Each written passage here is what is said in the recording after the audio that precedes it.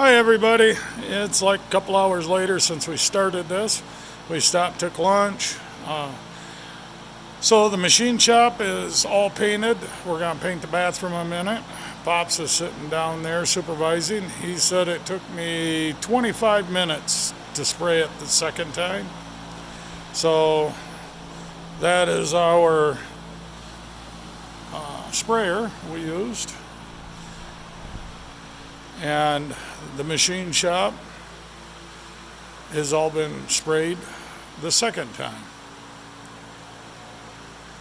So we're quite happy. It's drying actually quite quick. The humidity has dropped down to 61%, I believe Robin, my wife, said. So we are happy. Now we can put up J channel as soon as this dries. But we are going to now go into the bathroom and spray it because we have a little bit of paint left over. Well, there you go, guys. The machine shop is coming together.